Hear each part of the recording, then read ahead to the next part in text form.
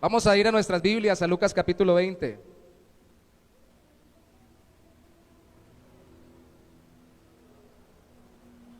Lucas capítulo 20.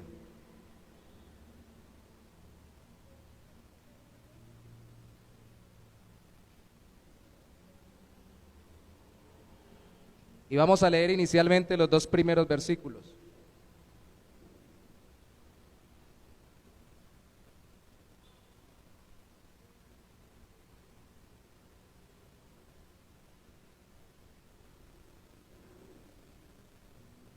Lucas capítulo 20, versículos 1 y 2 dicen así: Sucedió un día que enseñando Jesús al pueblo en el templo y anunciando el evangelio,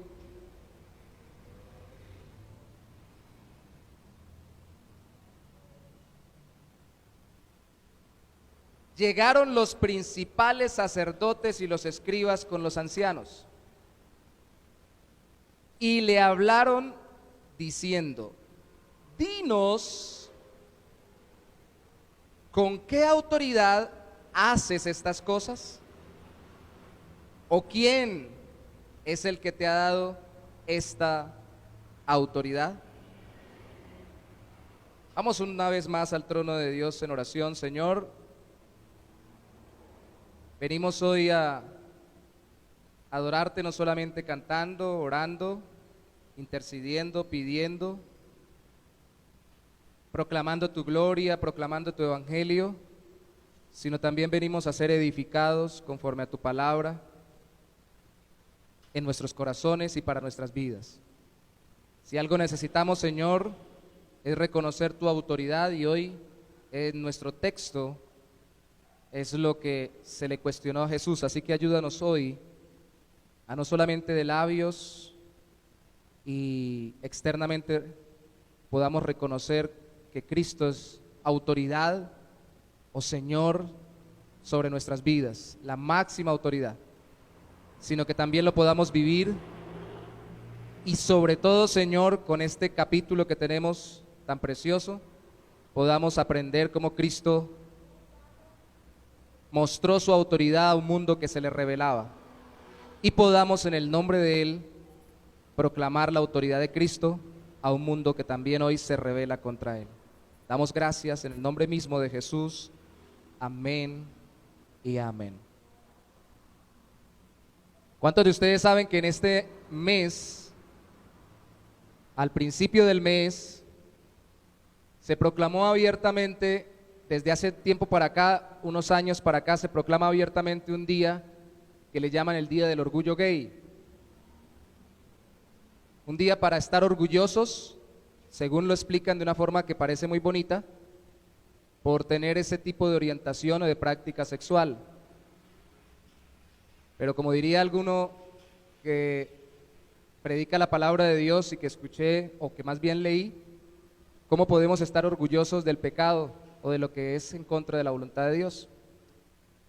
Un pecado en nuestra actualidad de la humanidad es que no solamente se rebelan abiertamente contra Dios, sino que se enorgullecen a tal mundo que sacan festividades de un día y hasta de un mes, porque parece que es todo el mes el que han querido consagrarlo a esta práctica sexual en cada año, y que ya no solamente se hace, sino que además se promulga, se promueve y se desafía al mundo con lo que se hace en contra de la voluntad de Dios.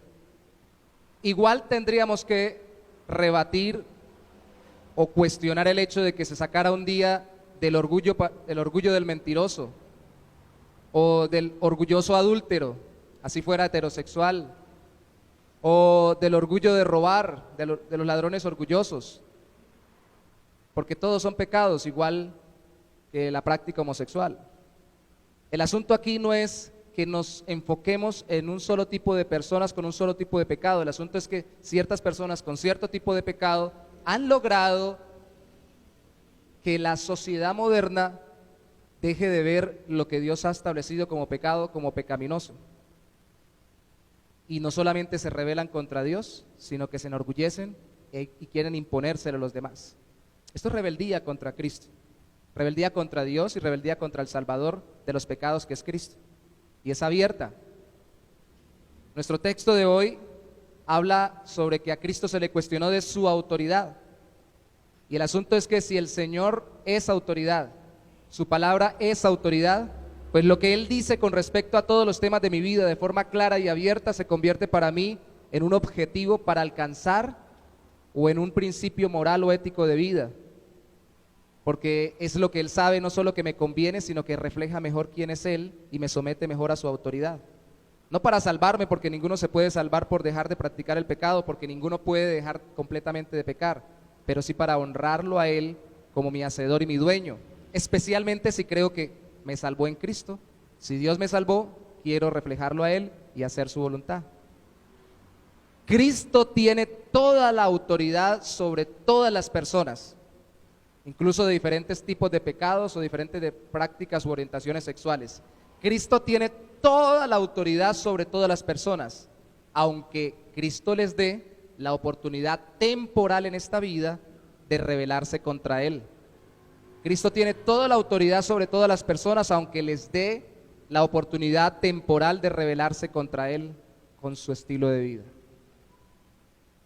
Esto lo vemos en este capítulo. Rápidamente, el bosquejo más sencillo serían los primeros dos capítulos, ir desde primeros dos versículos, en este capítulo, ir desde el final hasta el principio, desde el capítulo 20, versículo 2, hasta el versículo 1. Si miran conmigo, el versículo 2 dice: y le hablaron diciendo, dinos con qué autoridad haces estas cosas, o quién es el que te ha dado esta autoridad. ¿Cuáles cosas? Pues bueno, ellos están haciendo alusión al hecho de que Cristo, después de haber sanado a un ciego antes de llegar a Jericó, después de haber salvado, como lo vimos la semana pasada en Lucas 19, a Zaqueo dentro de Jericó, de haber dado una parábola preciosa sobre cómo debemos administrar nuestra vida como creyentes, pues entró gloriosamente como un rey, y la gente cuestionó que le alabaran como el rey, como el Mesías. Y no solamente eso, sino que entró y de acuerdo al final del capítulo 19, echó a los cambistas, a las personas que hacían negocio dentro del templo para que pudieran hacer sacrificios al Señor, a los que hacían negocios dentro del lugar autorizado para ello en el templo por los líderes de la época, diciendo que habían convertido la casa de Dios, su casa, porque Cristo es el Hijo de Dios y dueño de la oración dentro de la casa de Dios, la casa de oración la habían vuelto cueva de ladrones. Entonces le decían, bueno, ¿usted por qué hace estas cosas? ¿Dónde está la autoridad? ¿Quién lo mandó a hacer esto? Fue cuestionado por su autoridad para actuar de esta forma. Pero si usted mira el versículo 1 al final, ¿quiénes lo cuestionaron? Los principales sacerdotes y los escribas con los ancianos. Cuestionaron su autoridad, la autoridad de Cristo, aquellos que tenían la autoridad dentro del templo, dentro de la religión judía. Porque, oh sorpresa, ¿a quién le gusta que alguien tenga más autoridad que uno?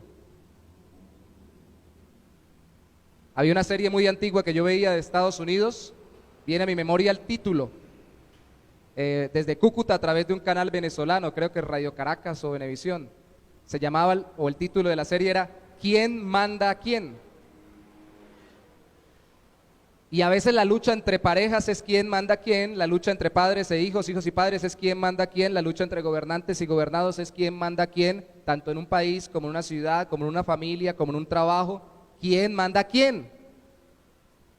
Y a veces el que manda, dicen por ahí manda aunque mande mal, pero realmente decimos no, él realmente no manda, manda es el que está detrás del que manda, que es el que está manipulando al que manda. Hay una lucha por el poder. ¿Quién manda? Pues ¿por qué se le cuestiona la autoridad a la gente y por qué se cuestiona lo que hacen los que tengan autoridad? O como en el caso de Cristo, que promulgaba que Él era la máxima autoridad, se le cuestionaba porque ellos tenían algo de autoridad. De acuerdo al Antiguo Testamento la tenían. Entonces no querían someterse a su autoridad superior para ejercer su autoridad inferior, que era delegada por el mismo Señor. ¿Pasa hoy en día? Pasa, ¿no? Una característica de los creyentes es que se someten a la autoridad. No porque sea perfecta, sino porque ellos quieren hacerlo para reflejar al Señor y para someterse a la autoridad mayor que es la de Cristo, que los delegó a ellos bajo su autoridad. Pero si mira al inicio del capítulo 1, del capítulo 20, versículo 1, perdón, dice: sucedió un día que enseñando Jesús al pueblo en el templo y anunciando el evangelio, sencillito, fue cuestionado por su autoridad, verso 2, fue cuestionado por los que tenían autoridad, final del verso 1, porque él estaba enseñando y predicando el evangelio, inicio del capítulo 20, versículo 1. Eso fue todo. ¿Cuál fue el problema con Cristo? Ni siquiera se le revelaron cuando echó a los cambistas, porque al final él podría ser un loco fanático que quería hacerse conocer, y lo dejamos que siga con su locura. Dejamos que tenga comportamientos erráticos, fanáticos, religiosos, excéntricos o fuera de tono a una persona cualquiera cuando no trae convicciones detrás de ella o ideologías que transmita a las demás personas y que puedan ir en contra de las autoridades establecidas. Pero cuando ya empezó a enseñar, cuando empezó a predicar, y esta es la entrada a su semana final, esta es la última visita a Jerusalén, ya para morir, estamos entrando en el final en la sección final de Lucas, para morir por nosotros Cristo. Cuando ya hace eso, entonces espere un momentico, hay que atacarlo porque ya esto se nos volvió tremendo. Tremendo que haga milagros, tremendo que sane personas, tremendo que haga cosas raras, incluso en contra del culto formal. Pero si sigue enseñando y a estas alturas la gente le sigue escuchando y le sigue creyendo y lo va recibiendo en todo lo que él dice, perderemos la autoridad y él tendrá toda la autoridad. Mis hermanos, como iglesia esperamos que la gente no nos vea a nosotros, sino que vea a Cristo y se entregue a Él, a su señorío. Queremos que la gente venga a la iglesia, pero sobre todo que venga a Cristo, y que cuando escucha lo que usted enseña, lo que en la iglesia se enseña, lo que usted le predica, lo que en la iglesia se predica, esperamos que no solo se haga acá, sino que se haga en sus casas, en sus amistades, con sus compañeros de trabajo. Cuando usted lo haga, enseñe y predique de Cristo, esperamos que las personas se sometan a la autoridad de Cristo. Y no solamente busquen perdón para sus pecados, sino que busquen entregarse completamente a Él, bajo el señorío de Jesucristo. Entonces, por eso no solamente hay que dar buen ejemplo, por eso también hay que enseñar, que es detallar de forma más conversada y explicativa, y predicar, que es proclamar de forma más general y exhortativa el evangelio. ¿Qué es el evangelio? Cristo Jesús vino a vivir perfectamente la vida que usted y yo no podemos vivir por ser pecadores, a morir con esa vida perfecta, poniéndola en nuestro lugar, su vida, para que recibiera Él el castigo por nuestros pecados, y a resucitar para darnos vida eterna y vida nueva ahora, libres de la esclavitud al pecado y libres de la condenación al pecado. Pero si se dan cuenta, para eso tengo que reconocer que soy pecador. Y el pecador tiene una característica: se rebela contra la autoridad, especialmente contra la autoridad de Cristo. ¿Cómo reaccionó Cristo a estos cuestionamientos a su autoridad en este capítulo? No solamente fue esto, fue todo el capítulo. Es un capítulo bien armado, con un evento consecutivo, pero al mismo tiempo especialmente equilibrado por el autor, guiado por el Espíritu Santo, inspirado por el Espíritu Santo, para ver cómo se rebelaron contra la autoridad de Cristo. Pero hoy vamos a ver es más bien cómo Cristo reaccionó ante los que se rebelan a su autoridad. Y vamos a tratar de hacerlo muy sencillo, porque vamos a leer todo el capítulo, pero solo vamos a decir 2 o 3 cosas de cada sección que leamos. Vamos a decir, primero, que Cristo los cuestionó; segundo, que Cristo los confrontó; tercero, que Cristo los capturó o atrapó; cuarto, que Cristo los corrigió; quinto, que Cristo los conmocionó; y sexto, que Cristo los condenó. Y esta última parte, por favor, téngala muy en cuenta, tenemos que explicarla bien para entender de qué forma los condenó, o más bien mostró que estaban bajo condenación. A los que se rebelan a Cristo. ¿Por qué decimos esto? Porque usted y yo encontramos personas que se rebelan contra el Señor de muchas formas, y necesitamos saber cómo respondió Cristo para tener una guía de cómo responder nosotros. Primero, Cristo los cuestionó. Versículo 3 al 8 dice: respondió Jesús, les dijo: os haré yo también una pregunta. Respondedme, el bautismo de Juan, ¿Era del cielo o de los hombres? Entonces ellos en ese momento discutían entre sí diciendo, si decimos del cielo, dirá, ¿por qué pues no le creísteis a Juan el Bautista? Y si decimos de los hombres, todo el pueblo nos apedreará, porque están persuadidos de que Juan era profeta. Qué miedosos, ¿no? Y respondieron que no sabían de dónde fuese. Entonces Jesús les dijo, yo tampoco os diré con qué autoridad hago estas cosas. Cristo les preguntó públicamente sobre su actitud con respecto al ministerio de Juan el Bautista.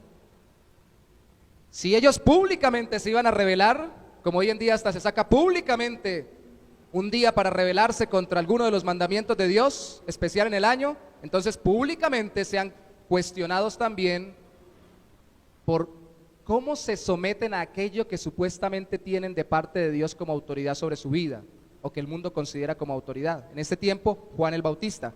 Ellos no se sometieron verdaderamente a Juan el Bautista, los líderes de la época, pero tampoco lo refutaron abiertamente, porque no querían que el pueblo se les fuera encima. Pero los hizo callar en público para que quedaran como incoherentes. Porque si realmente Juan el Bautista era un hombre de Dios, tenían que haberse sometido a su autoridad. ¿Sabe algo, hermanos? Mucha gente dice, no, yo me someto solamente a Dios. No me someto a ningún hombre. Y solo a Cristo y a su palabra. Y entonces no le hace caso a nadie. Pero resulta que el Señor ha establecido autoridades en cada ámbito. Y Cristo les dice, es que ustedes no se quieren someter a nadie y quieren que todo el mundo se someta a ustedes. Entonces, por ejemplo, el Señor envió profetas en el Antiguo Testamento. Y en vez de, como el último que fue el más grande de todos los profetas según Cristo, Juan el Bautista, someterse a las autoridades a lo que decía de parte de Dios, especialmente en cuanto a arrepentirse y creer, confiar en el Señor, no lo hicieron. Son confrontados por Cristo y cuestionados por Cristo porque decían que sí se sometían a los enviados de Dios. Hay personas, por ejemplo, que se congregan en iglesias y no quieren someterse a la autoridad de los que lideran la iglesia. Hay personas que pertenecen a una familia y no quieren someterse a las autoridades de su familia, que son los padres y ellos son hijos. O en el caso de las parejas, de acuerdo a la Biblia, el liderazgo lo tiene el varón. Y esto no se trata de un sometimiento arbitrario, se trata de un liderazgo sacrificial. Pero si no es perfecto, de todas formas la Biblia manda de que la mujer promueva ese liderazgo y se someta o se sujete para dar gloria a Dios y bendecir su vida matrimonial. Hay personas que dicen ser muy creyentes, pero cuestionan todo el tiempo de palabras, con actitudes a sus patrones, a sus autoridades, a las autoridades públicas y a todo lugar, y dicen soy cristiano. Y la gente está escuchando. Y Cristo lo hizo públicamente. ¿Ustedes dicen que se someten a la autoridad de Dios? ¿O en este tiempo a las autoridades espirituales? ¿Y por qué no le hacen caso a la autoridad de Dios, a las autoridades que ha puesto Dios a su alrededor? ¿Por qué no hacen caso?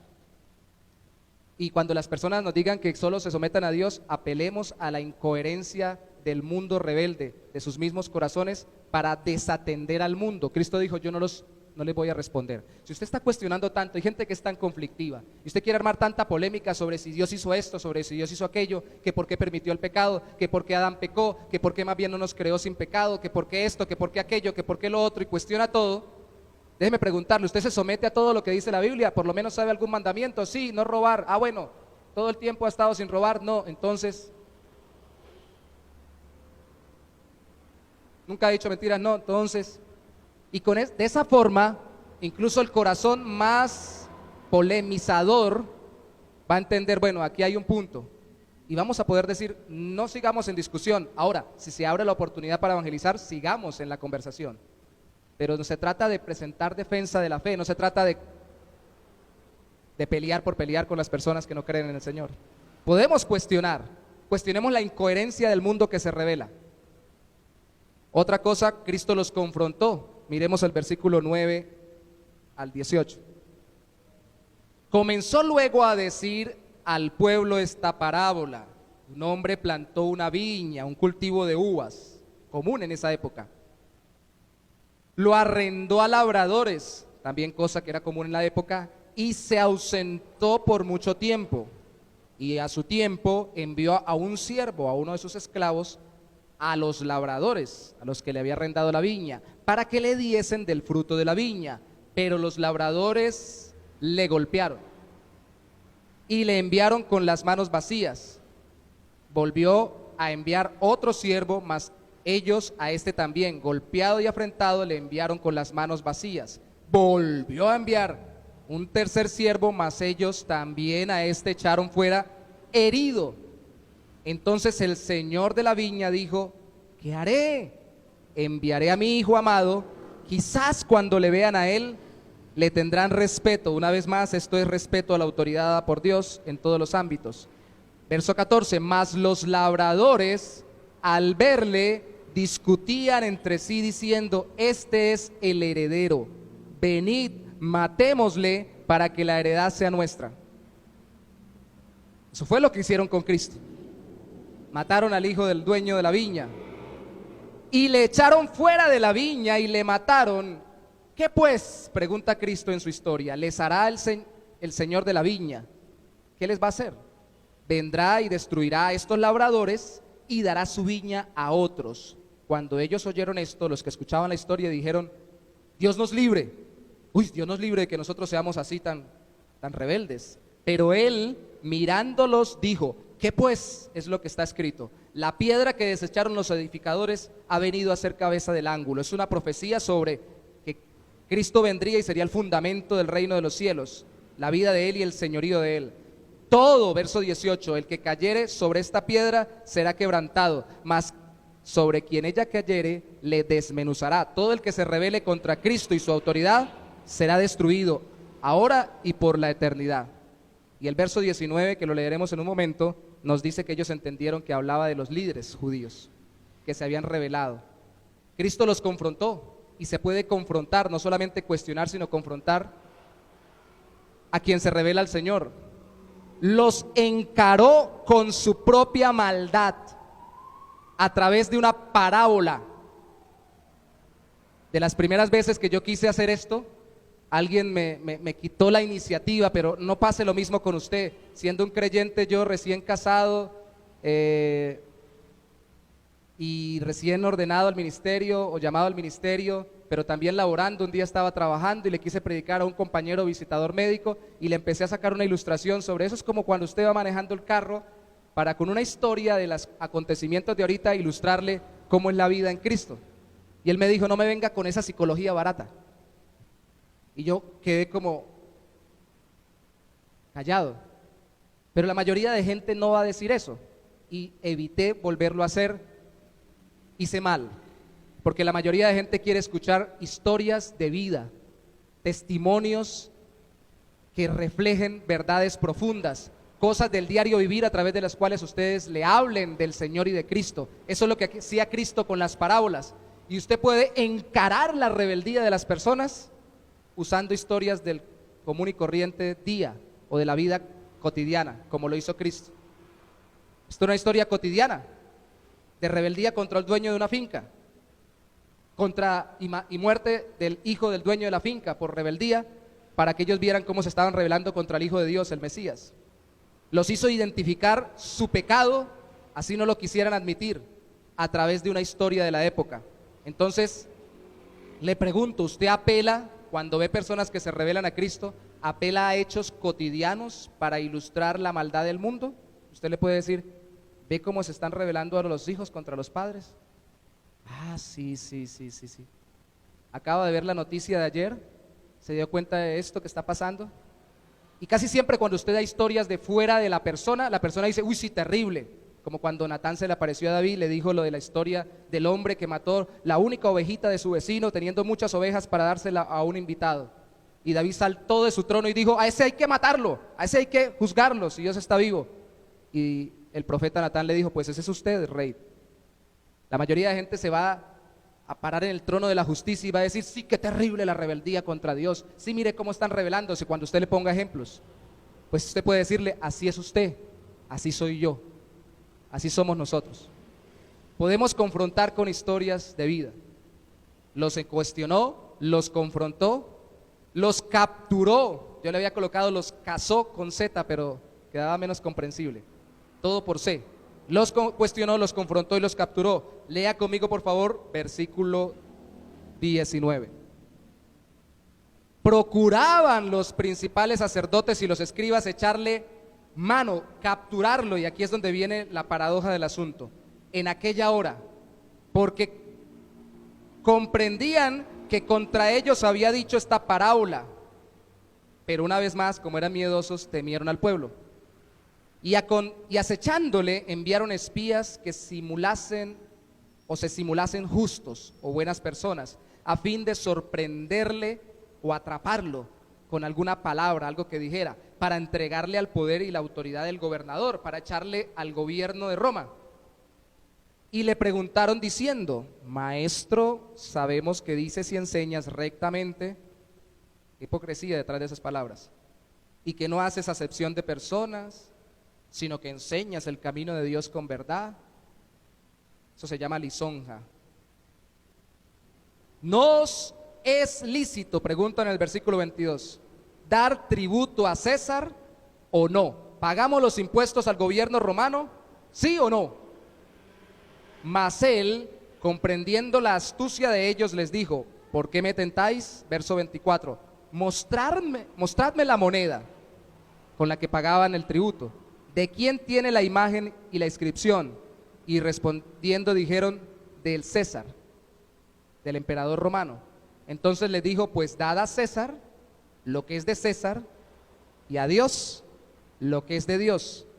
Y no pudieron sorprenderlo, o sorprenderle, o agarrarle, o atraparle en palabra alguna delante del pueblo, sino que maravillados de su respuesta, callaron. Qué hermoso, ¿no? No tenemos toda la sabiduría que tuvo Cristo, pero sí tenemos al mismo Espíritu de Dios que estaba actuando a través de Él para salvarnos, y nos puede dar también sabiduría, y el que le falte sabiduría, pídalo de lo alto. Cuando alguien se rebela contra Cristo abiertamente y quiere capturarnos en alguna palabra para cuestionar la fe en Cristo y para cuestionar nuestra vida en el Señor, debemos tratar de tener la misma actitud que el Señor Jesús, dejar que la sabiduría de Dios nos guíe para la vida terrenal. Cristo los atrapó en su propia trampa sobre los impuestos para Roma. Si Él decía que era lícito dar impuestos a Roma, perdía a la gente judía que aborrecía a los romanos. Y si decía que no era lícito dar impuestos para Roma, entonces le podían hacer preso porque estaba rebelándose en contra de la autoridad romana. Y recuerden que aquí estamos hablando de que hay que someterse a la autoridad de Cristo y a toda autoridad que Dios ha establecido. Y yo saqué toda una enseñanza un miércoles, la pueden buscar en YouTube, sobre los impuestos y Cristo. Los impuestos para Roma en la época, los impuestos para el mismo pueblo judío venido del Antiguo Testamento, y qué actitud tuvo Cristo frente a los impuestos. ¿Cómo la tomó? Si se sometió y los pagó o no los pagó, y si fue que los promovió como lo mejor o simplemente se sometió mostrando que lo mejor era el reino de los cielos, que eso es lo que hace aquí. Está diciendo: cumplan con todo. Es tan grande su sabiduría que en su respuesta les dicen: cumplan con lo terrenal y con lo espiritual, con tal de que lo uno no contradiga lo otro. Así de sencillo. Paguen sus impuestos, cumplan sus obligaciones, siempre y cuando lo que les pidan en este mundo, en estos gobiernos, en el entorno, en la sociedad, no vaya en contra de la Biblia, háganlo.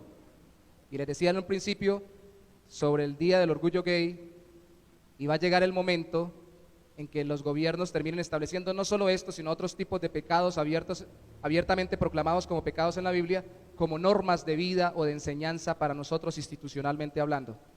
Y usted va a tener que decidir si cumple o no cumple. Ahí podemos, como le llaman hoy en día, objetar conciencia y no cumplir. Pero mientras tanto, mientras no sea abiertamente pecado, el pago de un impuesto no es pecado. De acuerdo a la Biblia hay que hacerlo para sostenimiento. Si ya son muchos o son pocos, bueno, hay instrumentos hoy en día en la democracia para tratar de que se aumenten o se disminuyan. Pero no se trata de rebelarnos, se trata de aplicar la sabiduría divina como Cristo. Cristo los hizo inmudecer en público por su sabiduría en el mundo, para vivir sabiamente en esta tierra y reflejar al Señor. Pregunto: ¿apela a la sabiduría divina para dejar sin argumentos al mundo?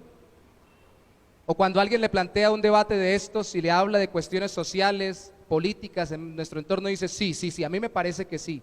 A mí me parece que que el César es malo, lo mejor es el gobierno solo judío. A mí me parece que el gobierno, imagínense en esa época, no, a mí me parece que el gobierno judío debería someterse al gobierno del César, y empiezan polémicas y debates usted y pierde la oportunidad de trasladar desde el gobierno terrenal y los acontecimientos terrenales por la sabiduría de Dios a la persona, al gobierno de Cristo, y decirle, venga, pero por encima de todos los gobiernos se arman de personas llenas de corazones, y esos corazones entre más pecaminosos son, peores son los pueblos, así los gobiernos sean muy buenos. ¿Qué tal si vamos a Cristo y entregamos nuestro corazón para que cambie nuestra vida y este país sea mejor? Y apelar a la sabiduría de Dios para aplicarla en el mundo. ¿Sí me doy a entender, hermanos? No dejarnos enredar, y cuando nos quieran capturar, más bien capturar o atrapar al mundo con la sabiduría que Dios nos dé a través de su palabra, en el momento por la obra de su Espíritu. Crean que el Espíritu pondrá palabras en su boca para hacerlo. Lo va a poner. No teman hablar. Teman dejarse llevar por la carnalidad y pelear, pero no teman hablar. Pero traten de llevar de lo terrenal a lo espiritual. No se queden peleando en lo terrenal.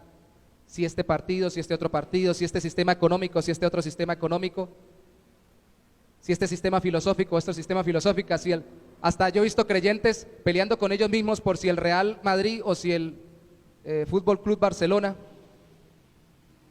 cosas como esas. Hermanos, no nos dejemos atrapar por eso, y menos con gente que está abiertamente rebelada contra Dios.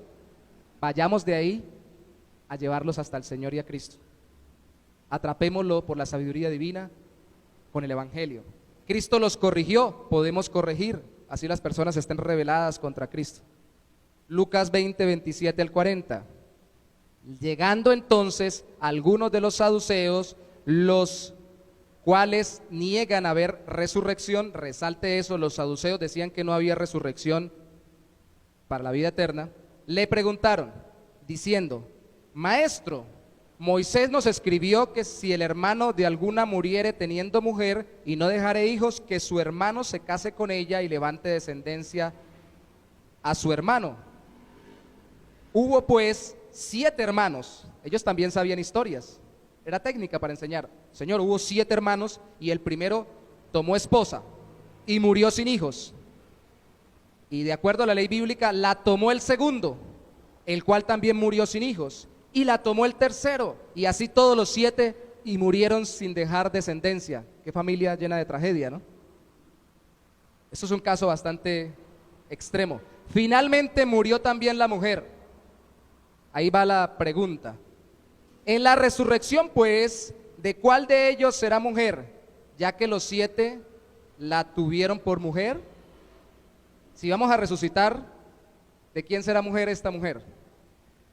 Entonces respondiendo Jesús les dijo, los hijos de este siglo se casan y se dan en casamiento. Note este siglo diferente al siglo venidero, al de la resurrección, donde solo habrán personas resucitadas por la fe en Cristo.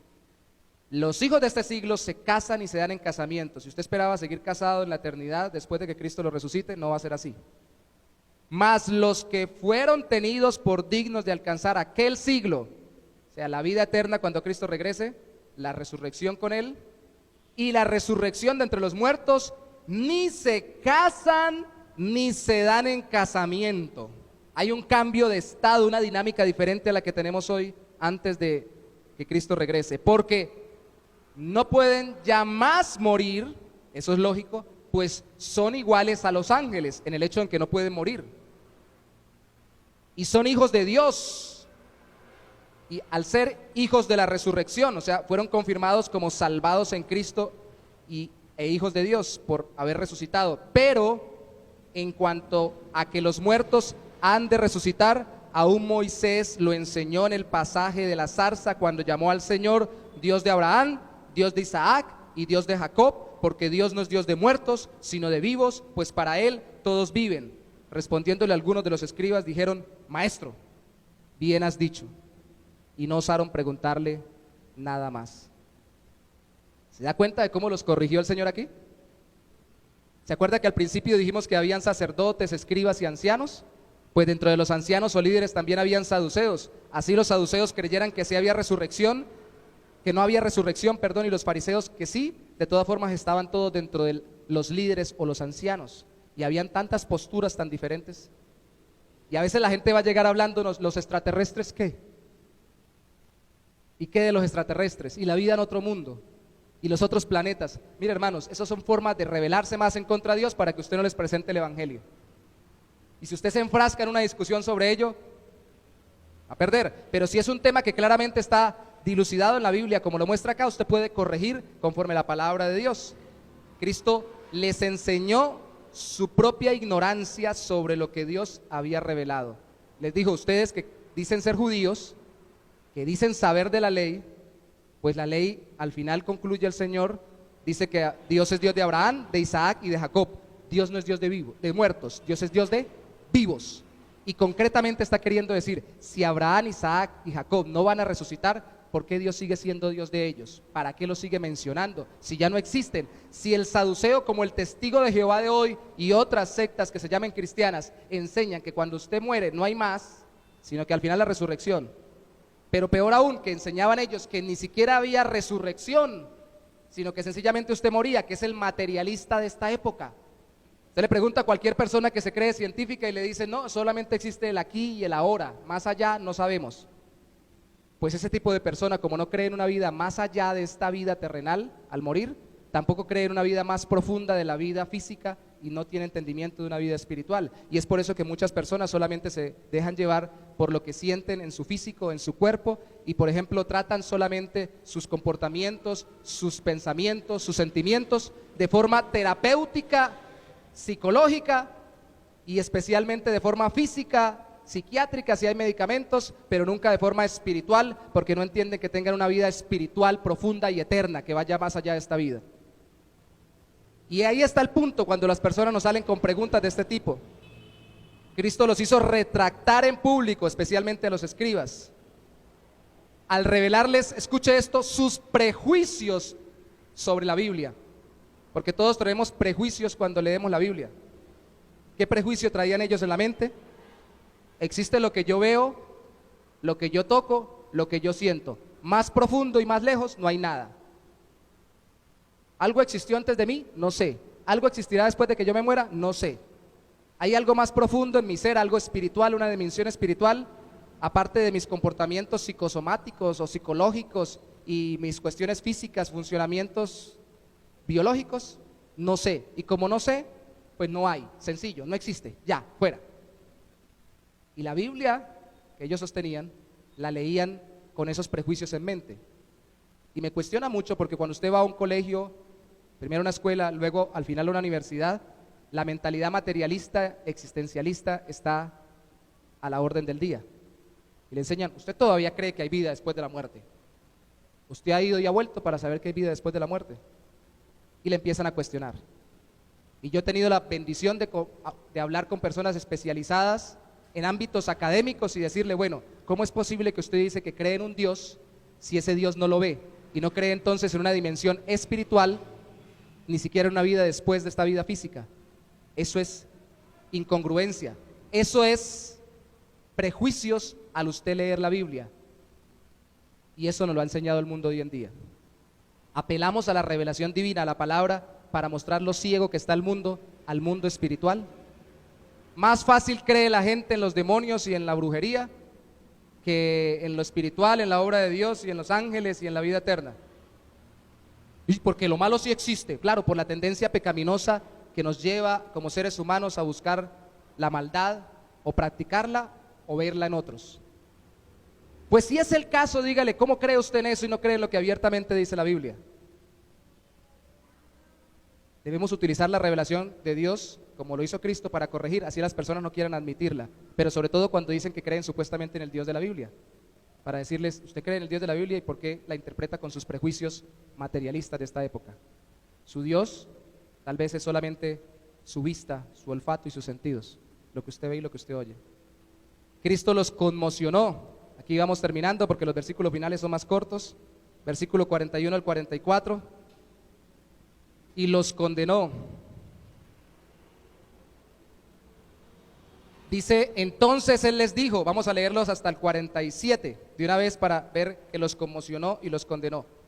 Entonces él les dijo: ¿cómo dicen que el Cristo es hijo de David? Aquí voy yo, dice Cristo. Bueno, me están cuestionando, pregunto yo: ¿Cómo dicen que el Mesías, el Salvador, el Cristo, es el hijo de David, el descendiente de David, del rey David? Pues el mismo David, verso 42, dice en el libro de los Salmos: dijo el Señor a mi Señor, siéntate a mi diestra hasta que ponga a tus enemigos por estrado de tus pies. Salmo 110:1. David pues le llama Señor. ¿Cómo entonces es su hijo o su descendiente si está por encima de él en autoridad? Verso 45, y oyéndole todo el pueblo dijo a sus discípulos: guardaos de los escribas que gustan de andar con ropas largas y aman las salutaciones o los saludos en las plazas y las primeras sillas en las sinagogas y los primeros asientos en las cenas, que devoran las casas de las viudas y por pretexto hacen largas oraciones. Estos recibirán mayor condenación. Cuando digo que Cristo los conmocionó, quiero decir que después de cuestionarlos, confrontarlos, capturarlos en su propio error, corregirlos, los sacudió. Eso es una conmoción para mí en este momento.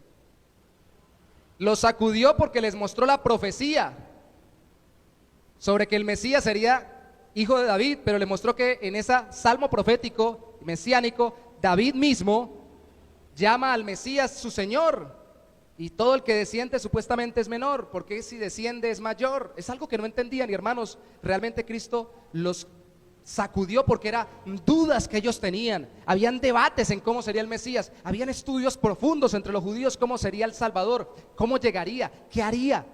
¿Sería un poderoso rey guerrero como entró Cristo, siendo recibido como rey, pero no entendiendo ellos qué tipo de rey era? Ellos querían un tipo de rey guerrero así como David. ¿O sería un siervo sufriente, así como lo fue el hijo de Jacob, José, que sufrió para salvar a su pueblo al final de tantos años de sufrimiento? O como lo muestra Isaías capítulo 53, que tan claramente habla del sufrimiento del Salvador. Y decían, ¿cómo va a ser esto que se una lo uno con lo otro? Y había debates y problemas entre ellos, porque es muy importante. Hoy en día el debate sería cómo salimos de la pandemia, cómo salimos de la crisis económica, cómo lidiamos con los problemas políticos y sociales. Pero el debate más importante no es ese, porque este gobierno, esta pandemia y estos problemas económicos y sociales, incluso los que usted vive, van a pasar. El debate más grande es cómo tenemos la vida eterna y cómo ese reino viene a nosotros a través del Mesías. ¿Qué tipo de Mesías es? ¿Qué tipo del Salvador es? Y Cristo los sacudió con esto y los hizo evaluar su comprensión parcializada por sus deseos, porque ellos deseaban era un Mesías tipo David. Y aunque había entre ellos eruditos que decían que podía ser un Mesías sufriente, como Isaías 53 lo muestra, no lo querían aceptar porque no nos gusta ese tipo de Salvador. A mí me gusta un Salvador que lidie con mis necesidades. A mí me gusta un Salvador en la carnalidad y a todo mundo que me resuelva los problemas que yo quiero que me resuelva, no que me confronte con ciertas cosas y me quiera resolver los problemas míos a su manera. No, porque no me quiero someter a su autoridad. Ese es el asunto, lo sacudió. Y a veces tenemos nosotros que apelar, y sería lo ideal cuando vemos una persona que se revela abiertamente contra Cristo. Escuche esto, por favor, llévelo en su mente: a la supremacía de Cristo para sacudir el orgullo del mundo rebelde, de la persona que se revela a Él. En medio de todo esto, ¿sabe qué se enseña aquí? Cristo dice: yo soy mayor que David. En otro texto dice: yo soy mayor que Salomón. Y la reina de Saba recibió muy bien a Salomón, y ustedes aquí me están queriendo matar. ¿Sabe algo? La gente se queda debatiendo con nosotros y peleando y no nos escucha la presentación del Evangelio porque debatimos sobre puntos secundarios y no presentamos a Cristo como supremo o superior. Hay que llevarlos a Cristo. No hay que llevarlo a mi iglesia, a mi sistema de entendimiento. Hay que llevarlo a Cristo. Cristo es superior a Moisés, eso dice en Hebreos, a los ángeles, a David, a Salomón, a todo el sistema del Antiguo Testamento, a nosotros mismos y a la misma iglesia que es suya. Cristo está por encima de todo. Y la persona va a ser sacudida por el hecho de que se da cuenta que no es como Cristo, para que pueda entender qué tan orgulloso es, que no quiere someterse al único que es perfecto para tener autoridad sobre nosotros. Pues al final Cristo los condenó, y como dice en Juan capítulo 5, no es que Él viniera a condenar al mundo, Él vino a salvar al mundo, pero es que el que no cree en Él ya está bajo condenación. ¿Y cómo los condenó? Les mostró su pecado oculto detrás de su religiosidad y su moralismo. Mucha oración mucho visitar las viudas, mucho visitar al necesitado, mucho hacer cosas públicas, religiosas, morales, buena gente, pero detrás, ¿qué es lo que hay?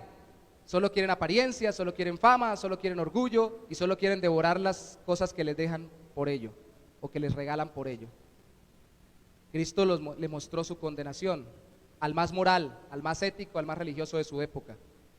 Usted aclara escuche esto, usted aclara cuando alguien se rebela contra Cristo y usted está compartiendo el evangelio, les aclara puntualmente qué es el pecado y qué tipo de pecado esa persona puede estar viviendo. Escuche esto, para salvarla de medio de un mundo pecaminoso. Aquí cuando termina el capítulo, Cristo le habla no a todos los que le estaban cuestionando, le habla a sus discípulos frente a todo mundo. Y después de haber dejado callados a los que les estaban cuestionando, ¿sabe por qué? Porque siempre hay orejas paradas en medio de conversaciones. Hace un tiempo, estando en Cúcuta, un doctor que ha estado en todas las religiones habidas y por haber, yo estaba visitando y lo atendía y comentábamos sobre el evangelio, y que se ha metido mucho en el esoterismo. Me recibió en su consultorio y cuando me recibía me salía con cantidad de cosas raras y todo lo demás. Yo trataba de mostrarle el evangelio y cuando no podía, no seguía la discusión. Pero un día llegué a la parte de la droguería y ese día me arrinconó frente a la señora de la droguería y frente a otra señora que la estaba acompañando ese día y frente a alguien que estaba atendiendo. Y me arrinconó cuestionando la Biblia y cuestionando a Cristo. Y yo traté de hacer algo de lo que Cristo nos enseña que hagamos acá, pero escuchen lo que les voy a decir. No porque quisiera presentarle el evangelio, porque yo ya se lo había presentado y él se negaba a hacerlo, sino porque había otros escuchando. Necesitaba que otros oyeran quién es el Señor. Yo tuve que cuestionar sus argumentos, tuve que confrontarlo con su pecado, tuve que dejarlo capturado bajo su propia filosofía, tuve que sacudirlo con la supremacía de Cristo y mostrarle que estaba bajo condenación, de la forma en que Dios me dio la sabiduría y para hacerlo en ese momento. Pero tuve que hacerlo porque había otras personas allí. Yo recuerdo que cuando él enseñó, había una señora católica, muy católica ahí entre todo eso, y dijo, ay, menos mal que le dijo algo, porque ya me tenía todo contra Dios, todo contra Dios, todo contra Cristo. Yo le decía, el asunto no es simplemente ganarle, el asunto es que Cristo reine en nuestro corazón. Y si vamos a debatir con alguien, es o para que el que esté escuchando reciba testimonio del evangelio y por eso debemos llevarlo hasta Cristo el debate, o para que esa misma persona, cuando vemos que se abre una puerta y el Espíritu Santo nos lo muestra, termine siendo creyente en Cristo, se arrepiente y crea, si vemos que así se va dando la relación y la charla. Hermanos, se trata de que digamos, y eso es muy importante, que le digamos pecado a lo que es pecado. ¿Sabe cuál es el problema por el cual la gente principalmente no quiere salvación? Porque no la necesita. ¿Por qué yo no quiero gracia? Porque no me dan ley. ¿Por qué no quiero al médico? Porque no sé que estoy enfermo. ¿Por qué no quiero un salvavidas en la piscina? Porque pienso que la piscina es lo suficientemente baja y yo sé nadar. Paréntesis aparte, yo no sé nadar. Así la piscina sea baja, de todas formas me gusta que esté un salvavidas al lado. ¿Por qué la gente no quiere al Salvador en sus vidas? Porque no les han mostrado su pecado. Y no se trata de herirlos con la forma como lo decimos, se trata de hacerlo dando la verdad en amor. Déjenme darles una última ilustración sobre un pastor que alguna vez escuché, que predicaba mucho sobre el infierno y llegó a la iglesia nuevo y él habló sobre el infierno porque mostraba la consecuencia eterna del pecado y mostraba lo que es el pecado a través de la ley bíblica para predicar el evangelio. ¿Sabe qué curiosidad le dio a él? Le dijo, ustedes, ¿por qué me dijeron que al pastor anterior no lo quisieron dejar continuar en la iglesia, una iglesia congregacional, seguramente bautista como esta? Porque les predicaba mucho del infierno. Yo también predico y hablo de la condenación y del infierno para llevar a la salvación en Cristo. Y ellos le dijeron lo siguiente: lo que pasa es que el pastor anterior parecía que lo disfrutaba mandándonos al infierno. No parecía decirlo por amor a nosotros y para salvarnos, sino parecía que lo decía como con ganas de vengarse para que todo el mundo fuera para el infierno. No se trata de simplemente mostrar el pecado para que la gente se sienta ofendida. Dígalo de la mejor manera, dígalo de la manera más práctica, más lógica, con historias, con argumentos, con ilustraciones, con buen tono de voz, con una actitud agradable, apacible, amable, pero dígalo, busque la manera de que la persona se sepa pecadora. Dios hará la obra a través de usted, de si no se convierte y continúa en rebeldía, de todas formas por lo menos le quede sembrado el evangelio de una forma real, ley y gracia. Me salva Cristo porque yo soy un pecador. Si no le decimos pecado lo que es pecado, no van a querer buscar al Salvador para salvarse. Y ojo con esto, si traemos a la gente entre comillas a Cristo, pero que casi siempre es a la iglesia, con espejitos de ilusiones, diciéndole venga para que sea sano, venga para que sea libre de esto, venga para que sea libre de lo otro, y no mostrándole sus pecados, sí, Dios los puede liberar de enfermedades, los puede liberar de problemas económicos, y queremos eso y podemos orar por eso para con ellos, pero si así es que ellos llegan, después se van a sentir defraudados y desilusionados, o nos va a tocar a nosotros seguirlos engañando y seguirles diciendo que es que el Señor les va a conceder todo lo que se les antoje, y no vamos a poder confrontarles su pecado. Y sé de púlpitos en iglesias no pequeñas, denominaciones muy conocidas, donde se les prohíbe incluso abiertamente mencionar la palabra pecado. Y yo digo, si creemos que no tenemos pecado, ¿de qué entonces nos vino a salvar Jesús? ¿De lo buenos que somos para que no seamos tan buenos? Hermanos, habrá gente siempre rebelde, lo animo. Cristo lo hizo, le ha dado el Espíritu para que usted lo haga. No se desanime, no entre en conflictos, sepa hasta dónde llegar, pero como Él lo hizo, confronte, cuestione, trate de capturar a la persona en sus propios argumentos, según la sabiduría que Dios le dé, corríjale, según la palabra de Dios revelada, sacúdalo con la persona de Cristo, no con su religión, y muéstrele su estado de condenación, mostrándole su pecado. Las personas que viven en rebeldía, lo más tremendo es que se han rebelado contra Dios y no quieren ser salvados por ellos, por Él. Amén. Podemos hacerlo, ¿cierto que sí? Entonces, en el nombre de Cristo, sometámonos a Dios y resistamos al mundo, pero dando a conocer la divina autoridad de Cristo para ser nuestro Rey y Señor. Vamos a ponernos sobre nuestros pies, por favor, y vamos a orar. Padre, gracias por darnos ese Rey glorioso y majestuoso que es Cristo a nuestras vidas. Un capítulo lleno de emoción, cualquier película de hoy en día, Señor, se quedaría en pañales con todo lo que hemos leído ahora, porque aquí no se estaba debatiendo una escena terrenal con simplemente un problema trivial. Aquí se estaban debatiendo, luchando en un pedacito de tierra en este mundo, rebeldemente los corazones en contra del señorío y la autoridad de Cristo, cuestionándolo, buscándolo hacer caer, buscándole la manera de llevarlo a la muerte y acabar con él. Señor, los corazones humanos no somos conscientes cuando no hemos recibido la gracia de tu Espíritu de cuán rebeldes somos, y nos creemos muy buenos, nos creemos muy santos, nos creemos muy puros, nos creemos no tan malos porque nos comparamos con el estándar del mundo, pero no nos damos cuenta, Señor, que comparados con Cristo somos dignos de condenación. Pero precisamente por compararnos con Cristo, cuando lo vemos a Él glorioso y misericordioso, muriendo en nuestro lugar por nuestros pecados, admitimos nuestros pecados, nos arrepentimos de ellos, podemos ser salvados por el mismo Cristo que debería juzgarnos y condenarnos en la eternidad. Ayúdanos, oh Santo Señor, a profundizar en esto, pero al mismo tiempo en esto que muchos le llaman apologética, permítenos que podamos ejercer defensa con mansedumbre, como dice Pedro del Evangelio, y presentar a Cristo como Él mismo se presentaba así, sencillo, con ilustraciones prácticas, con la revelación de tu palabra, guiado por tu Espíritu, mostrando la misma incoherencia, la necedad y la ignorancia de los argumentos de un mundo rebelde, de un corazón que se rebela contra ti. Ayúdanos a hacerlo así, Señor, y guíanos. Ayúdanos a tener ese corazón ferviente por amor al que está rebeldizado contra ti, que tal vez en algún momento por tu gracia pueda venir a tus pies, si le predicamos correctamente el Evangelio, pero también por amor a todo un mundo que escucha los argumentos de los que se levantan contra ti, que ven cómo con orgullo levantan la vida pecaminosa que llevan como un estilo de vida a seguir, porque supuestamente dentro de ese estilo de vida hay respeto y hay paz. Proclaman abiertamente, Señor, que la muerte, como el asesinato en el vientre de niños o cosas por el estilo, puede ser legalizado.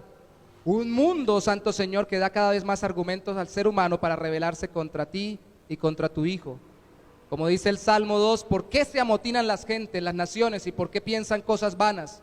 Se amotinan contra Dios y contra su ungido, contra Cristo. Al final se están rebelando contra ti, Señor. Aunque todavía no haya un anticristo individual, un líder político mundial, de todas formas en todo lugar se están levantando, solo están esperando que alguien los dirija, porque en sus corazones se rebelan contra ti, y nosotros éramos iguales que ellos de rebeldes, y en nuestro corazón todavía nos ataca la rebeldía remanente, porque este mundo nos quiere llevar a lo mismo, llevar atrás. Así que ayúdanos a tener misericordia y a no dejar de presentar el Evangelio a los que más se rebelan contra ti, como Cristo no dejó de hacerlo con los que más cuestionaron su autoridad. En últimas, si lo hacemos, caemos en lo mismo que ellos, nos rebelamos contra autoridad, porque tú has dicho: id y predicad el Evangelio a toda criatura.